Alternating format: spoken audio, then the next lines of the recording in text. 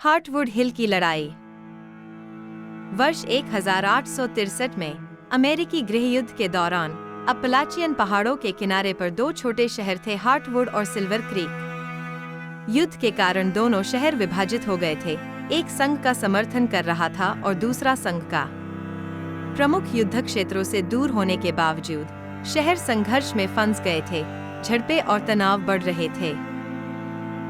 Heartwood हिल दोनों शहरों के बीच एक ऊंची पहाड़ी रणनीतिक रूप से महत्वपूर्ण थी।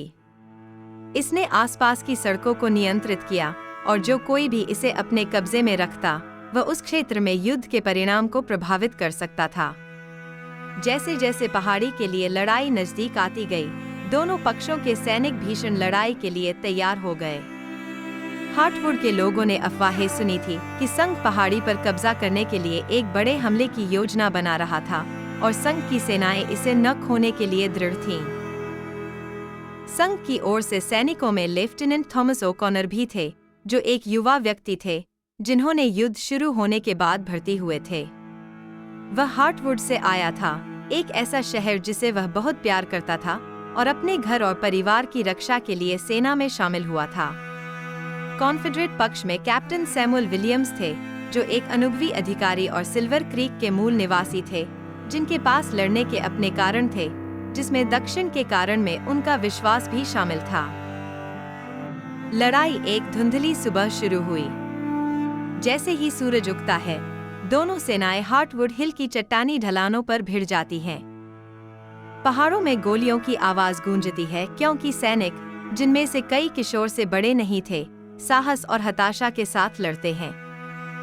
लेफ्टिनेंट ओकॉनर और कैप्टन विलियम्स खुद को अराजकता के बीच पाते हैं। दोनों अपने लोगों की रक्षा करने के लिए दृढ़ हैं। जैसे जैसे लड़ाई आगे बढ़ती है, ओकॉनर और विलियम्स युद्ध के मैदान में एक दूसरे से टकराते हैं। वे खुद को आमने सामने पाते हैं। दोनों ही क्रूर लड़ाई से थके हुए और घायल होते हैं। एक पल के लिए युद्ध का शोर फीका पड़ गया और उन्होंने एक दूसरे को देखा, यह महसूस करते हुए कि वे इतने अलग नहीं थे। दो लोग एक संघर्ष में फंस गए थे। दोनों ने पूरी तरह से चुनाव नहीं किया था, जो उन्हें सही लगता था उसके लिए लड़ रहे थे।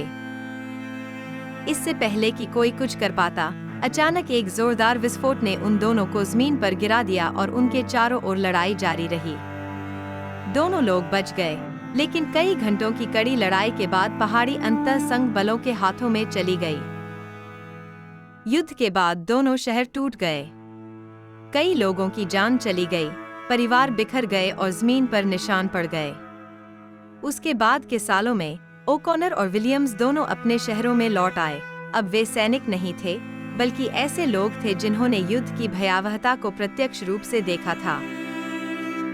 समय के साथ हार्टवुड और सिल्वर क्रीक के शहरों का पुनर्निर्माण हुआ और हालांकि युद्ध के निशान अभी भी बने हुए थे, लेकिन उन्होंने सीखा कि सच्ची शांति केवल एक दूसरे की पीड़ा को समझने से ही प्राप्त की जा सकती है, न कि लड़ाई जारी रखने से।